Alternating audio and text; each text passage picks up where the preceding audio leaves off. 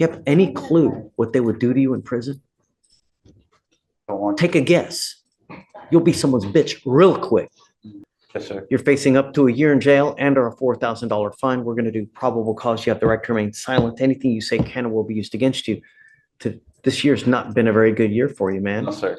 You now stand. You also have 2 open aggravated assaults against a public servant. Hold up, let's talk about interference with emergency assistance for a second. This is no small deal, folks. It's a Class A misdemeanor and can land you in jail for up to a year, plus the $4,000 fine. Yeah, that's real money. Would you risk your freedom over something like this? All right. August 18, 2024, in Harris County, Texas, officers responded to a disturbance in the 19400 block in 45 freeway. Officers came into contact with the complaining witness and learned that the complaining witness's boyfriend interfered with the complaining witness's ability to call 911 during an argument. The complaining witness stated that she and the defendant were arguing about relationship issues, and the complaining witness is 3 months pregnant. The defendant was driving the complaining witness's car during the argument, and at some point, they pulled over at the residence. The complaining witness asked the defendant to exit the vehicle before she called 911. The defendant refused to exit the vehicle and grabbed her phone and began to dial 911. Or the CW began to dial 911. That's when the defendant reached over and took the complainant's phone. While doing so, the defendant disconnected the 911 call. The complainant then grabbed the defendant's phone and dialed 911. The defendant then removed the complainant's car keys from the ignition, threw the complainant's phone and keys away from her, and walked away from the scene prior to the officer's arrival. Upon reviewing the 911 call, the officer could observe the complainant yelling, "Stop!" He could also hear a struggle while the complainant said, "Let me go, Kevin. Oh my God, what is wrong with you?" The phone line stays open for approximately 14 seconds longer. The second call begins with the complainant crying, hyperventilating, and stating that she got into an argument with her boyfriend. The complainant then stated that the defendant put her hands on her when she took his phone to call the police. What happened with the aggravated assaults? And I guess my other question, any alcohol or dope in this one here? There's no allegations in this current case. And Okay. the aggravated assaults, they're still pending, Your Honor. Sure. How bad? Are we talking, did he shoot someone, point a gun? I can briefly tell you, Your Honor. Yeah. You're representing him upstairs? Yes. Great. And it was basically 2 officers that were directing traffic off duty. Okay, now it gets messy. Aggravated assault against a public servant? That's not a slap on the wrist. If you're putting hands on officers, especially off-duty ones, expect serious jail time. How much worse can this get for Mr. Gann? He didn't see them as he lives near a mosque and there was all this traffic and he laid on the horn and then the guy like grabbed the door to open it and then he drove on it. And then, so one guy's claims his hand was hurt and then another officer stepped in front of him and he said he He bumped hit his the leg. officer. What he claims. But Any how injuries? No. Mr. Geenan, I'm going to find Mr. Geenan, I'm going to find that there's probable cause to go forward with the case. I'm now setting your bond at 5,000. So what about the relationship now? You know, breaking up. at the end of the day, you need to distance yourself from anyone and everyone in your life that could potentially put you in jail. Because just listen, you know, if it's the type of relationship that you're constantly butting heads like 2 billy goats, it's probably best to get away, especially being that she's pregnant. She's hormonal. She's going to be moody. You know, she needs help. Her feet swell, you know, and at times will be extremely stressful. If you're the type of person that loses it and just... So the judge goes straight for home confinement, but with an ankle monitor and a curfew. And don't forget, if he breaks the rules again, he's looking at 6 months more in jail. What's your take? Should the judge have been even tougher? Or does this feel fair given the circumstances? Can't, then don't. Because you're the one that's going to end up in custody. Your bonds are $70,000 now. You violate these conditions, you're going to end up with a $500,000 bond. I will say he's in counseling, Your Honor. We're gonna make some changes. I think that's a great thing. If you truly are, the idea is, and I'll tell you that I would say 90% of the jail population in custody now are there because they have no self-control. They just wig out, flip out, and do whatever without thinking of consequence. And that's why I'm there. Do you have any clue what they would do to you in prison? Take a guess. You'll be someone's bitch real quick. Really. It's not fun. And I'm telling you, I've read stuff that turned me white. It was as bad. It had me in damn near tears because it's so bad Yes, sir. in prison. And you? Mm-mm. So, state, as far as contact with the complaining witness, what do you guys, have you been able to rip? Do we know that she wants to have contact? I want to honor her with, until I know that she wants to have contact with him, I'm going to order no contact because I don't know what she wants and I want to honor her wishes. I want you to know that I am entering in what's called a protective order, if there's not one in now. Let me see. This is a protective order that identifies, is it Evadne? Is that right? Evadne decrees as a protected individual. You cannot commit family violence or an assault against this person.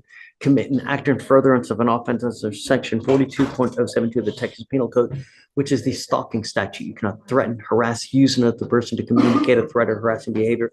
You cannot go within 200 feet of where she lives or where she works. This, if you violate this, they will file an additional charge against you. So be very careful. I want to know what she wants. So if you guys can get the phone number to them and they can get the rip done, then we can modify these conditions today, and I'm happy to do it. Just Understood. as it stands now, the only way we're going to release him is you have a bonding company here now. Yes, they're on their way. Okay, so you're gonna stay with us until we know that a bonding company comes, and then we'll have you sign conditions. Okay, I'm ordering you now. Don't consume alcohol or drugs. I'm gonna randomly test you. If I find that you use any kind of alcohol or dope, I'm gonna put you in jail. You will not get any more PR bonds from me. Do you understand? Yes, sir. Okay, guys. Is it okay if you sit in? Yes, we'll have him sit in the jury box now.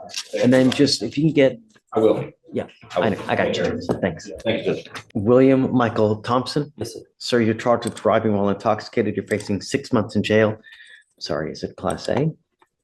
You're facing up to a year in jail and or a $4,000 fine. We're going to do probable cause. You have the right to remain silent. Anything you say can or will be used against you. You have the right to have an attorney present during questions and interviews with the state of Texas. If you cannot afford a lawyer, the lawyer will be appointed to represent you, sir. Yes, Judge.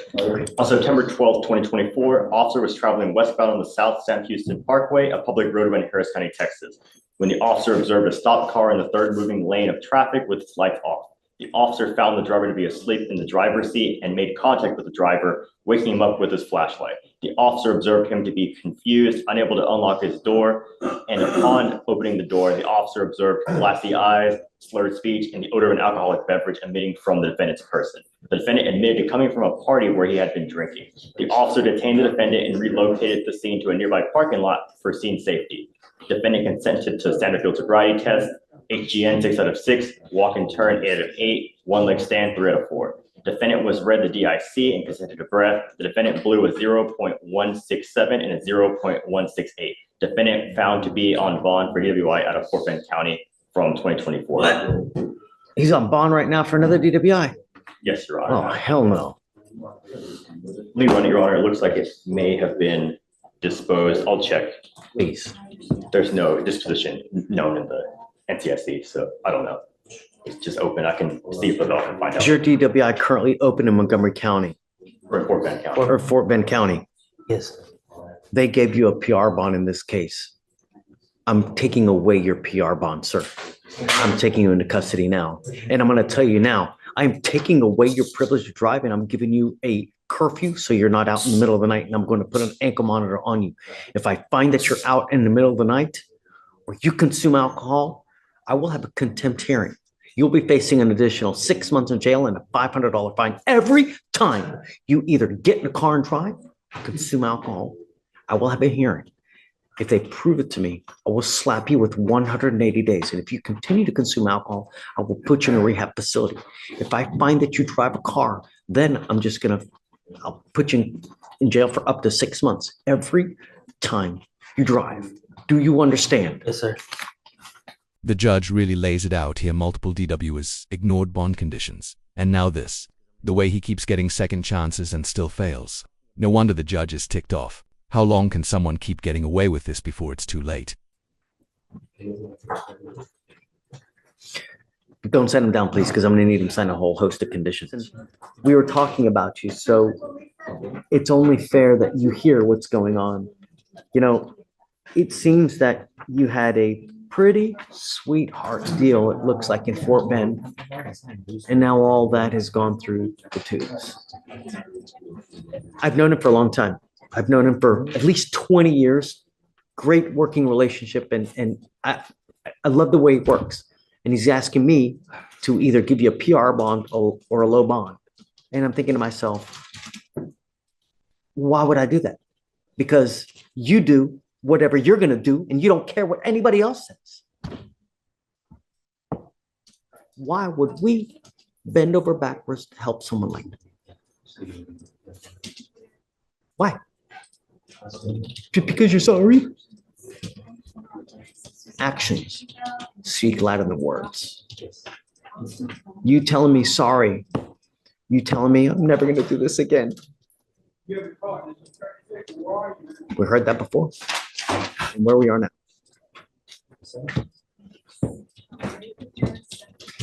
Tell me what you would like. Judge, I'd like you to consider a $500 surety bond. He's already on $6,000 in misdemeanor bonds and complying with those conditions.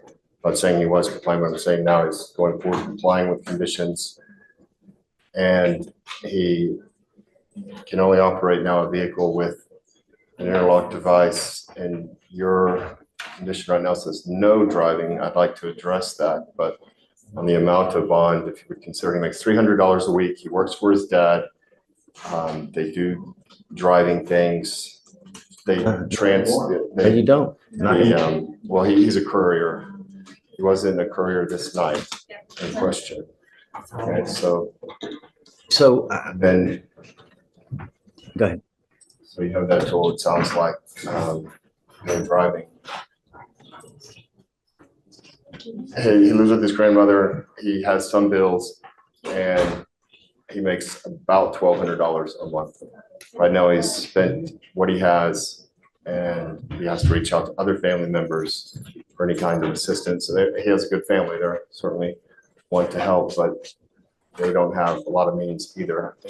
And he's going to have to deal with Fort Bend now in a way that he's probably going to hopefully get a straight probation out there and work something out here in some form or fashion at some expedition point. I mean, there's some issues in this case, but Mr. Thompson, I want you to understand that when I have someone that comes into my court with multiple DWIs, I usually set bonds somewhere in the neighborhood of around $15,000 to $20,000, if not higher. That's what I normally do. When someone has 2 open DWIs, I always take their privilege to drive away from me. Why would we put and endanger the streets of Harris County when you have repeatedly shown that you failed to care about any bond conditions? You've repeatedly shown it. So I'm sorry, Troy. I'm not going to let him drive. He's got 2 open DWIs. And there it is, the big reveal.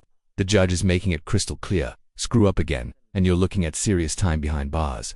So here's the million question: can Mr. Thompson turn his life around, or is he just one more lost cause? Drop your thoughts below. Not only that, but I don't want him out in the middle of the night. I'm going to give you a curfew. And I'm going to, on one ankle, I'm going to put a scram ankle monitor so I know that you're not consuming alcohol. On your other ankle, you're going to get a GPS monitor so I know that you're not out in the middle of the night. And I'm going to tell you now, if I find that you drive, I will have a contempt hearing. You'll be facing an additional 6 months in jail every time you drive.